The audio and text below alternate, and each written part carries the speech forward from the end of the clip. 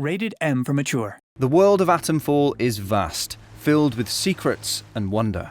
It is also incredibly dangerous. Everything from mask-wearing cultists to massive robot killing machines roam these lands.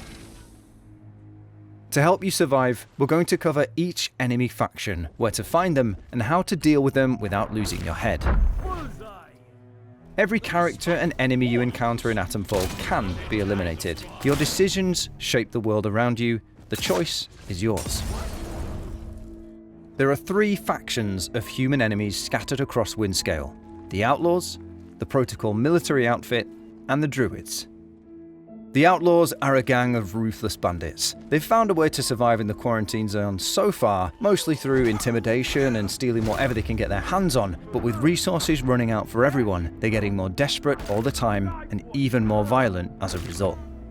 They're holed up in their camp located in Slattendale, where they stockpile all their goods. You'll know the camp is nearby when you start seeing signs warning trespassers to keep out. However, if you're willing to risk life and limb to access their chests full of supplies, here are some tips. The Outlaw camp is well guarded by a high number of patrols. If you're not equipped for a vicious and prolonged fight, it would be best to take out the patrols quietly or wait for them to move along before you try to infiltrate. Once you're inside, you'll notice a smaller enemy presence and plenty of goods to swipe. Crafting supplies like glass and alcohol, as well as recipes for Molotovs and shivs, are yours for the taking.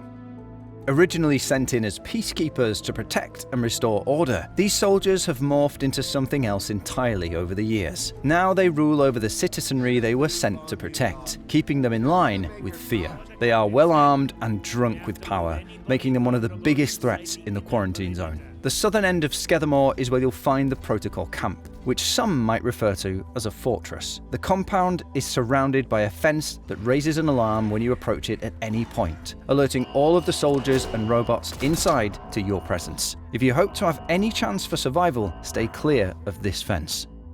Aside from the fence, the camp also has checkpoints and guard towers posted at the entrances from the main roads, automated turrets and minefields between them. It's possible to get into the camp quietly if you get in where the fence ends past the greenhouse in the north of Skethermore, but you'll still likely have to fight the soldiers and robots once you get in. There are plenty of buildings to use for cover, but you better hope you brought enough bullets. If you want to avoid the conflict altogether and walk right into the camp unopposed, it might be worth it to pay a visit to Captain Sims in Wyndham Village. He may be willing to give you access in exchange for a favour or two. However you get in, the camp is well stocked with ammo and other resources you can use. It's also where the prison is located, which contains an item that you'll need to complete your journey.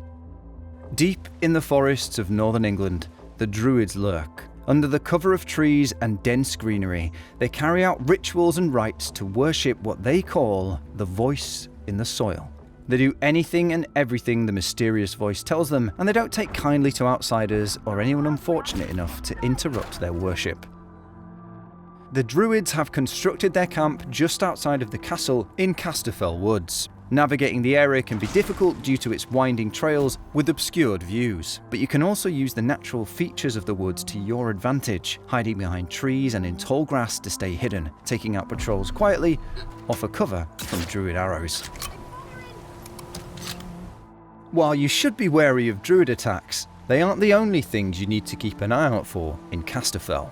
It is also home to sentient plants, which can see farther than the Druid fighters and hit you with rapid-fire poisonous projectiles. Avoid them as much as you can and hit them with a Molotov cocktail to take them out quickly if you need to. Outside of patrols and deadly plants, the Druid camp has teams of archers that guard only a few of its main entrances. If you're careful, it's entirely possible to sneak into the camp without alerting a single soul or plant. The Druid camp contains a recipe for Strange Tonic and the Bow Mastery Skill Manual, which will unlock helpful skills for that weapon. Outside of the human enemies, the quarantine zone is also patrolled by the British Atomic Research Division's robots. Hulking masses of clanking metal, heavy artillery, vice-like claws, and short fuses when it comes to humans who don't follow their orders or get in their way. They're built for combat, and they definitely don't go down easily. These are some of the toughest enemies you'll face. There are 3 types of BARD robot: orange, silver, and black. Orange robots are mostly found patrolling Wyndham Village, although you will come across them in some bunkers. They are equipped with a machine gun attached to their right arm and a powerful claw on the left. so they are a serious threat at any range. Silver bots guard heavily fortified areas like protocol prisons and camps. They're similar to orange bots in that they're equipped with a machine gun and a claw, but they are much more resilient and output far more damage. Black bots roam Skethermore, where they can be found burning infected routes with their arm-mounted flamethrowers in an attempt to stop the spread. While other enemies in Atomfall will go down with enough bullets or blunt force trauma, BARD robots are something else entirely. While it's possible to completely eliminate these threats with enough bullets or explosives, these things aren't easy to come by in the quarantine zone, and BARD robots are extremely durable. Thankfully, there are more efficient ways to neutralize them. After a certain amount of damage is dealt, these robots will overheat and stop fighting, but only momentarily. Those crucial seconds of recovery before it continues its assault can be used to bring the fight to an end quickly. All you need to do is destroy or remove their power source, the atomic battery installed in their back. Attacking the battery to destroy it will work, but it will also cause an explosion that releases harmful radiation, potentially damaging you and the environment around you. If you can get in close before the robot reactivates, you can safely remove the battery instead, ending the fight while avoiding taking extra damage. When it comes to fighting these robots, it's a good idea to make use of cover and take down any human patrols that might be accompanying them. It's going to need all of your attention, and dodging bullets from other enemies will just make things more difficult. To do the most damage, target their weak spots. For orange and silver bots, that's their glass heads and chest circuitry. Whereas for black bots, it's the red tanks on their arm and back. Before the disaster, BARD constructed bunkers that dot the region. These bunkers have since been taken over by outlaws, protocol, and BARD robots guarding them for absent masters. However, bunkers can also hide something terrifying in their dark depths. Ferals.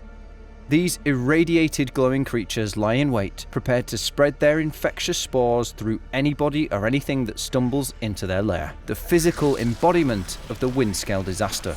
Unlike the bunkers taken over by the other factions, bunkers that serve as feral lairs will not warn you that you're entering danger with the trespassing symbol at the top of the screen. In many ways, the absence of this warning as you approach a bunker is even worse. If your investigation of the area around the bunker reveals no other enemies, and you don't receive the trespassing warning, proceed with caution. It's important to navigate these bunkers slowly, avoiding glowing vines that could wake up and alert a sleeping feral if you get too close to them. When one feral is awoken, the odds of dealing with more go up exponentially, making combat even more dangerous. However, in the event that a sleeping feral is in the direct path of a valuable item or resource, you may not have a choice. When fighting ferals, you should stick to firearms. Melee weapons are not very effective, but they'll go down from a headshot like any other human enemy. You'll want to eliminate ferals as quickly as possible, because they have infectious ranged attacks. This information should make navigating and surviving the world of Atomfall easier, but solving its mysteries is up to you. Atomfall is available on Xbox Game Pass, Xbox Series X and S, Xbox One, PlayStation 5 and PlayStation 4 consoles. For PC players, Atomfall will be available on the Windows Store, Steam, the Epic Game Store and the Xbox app for PC.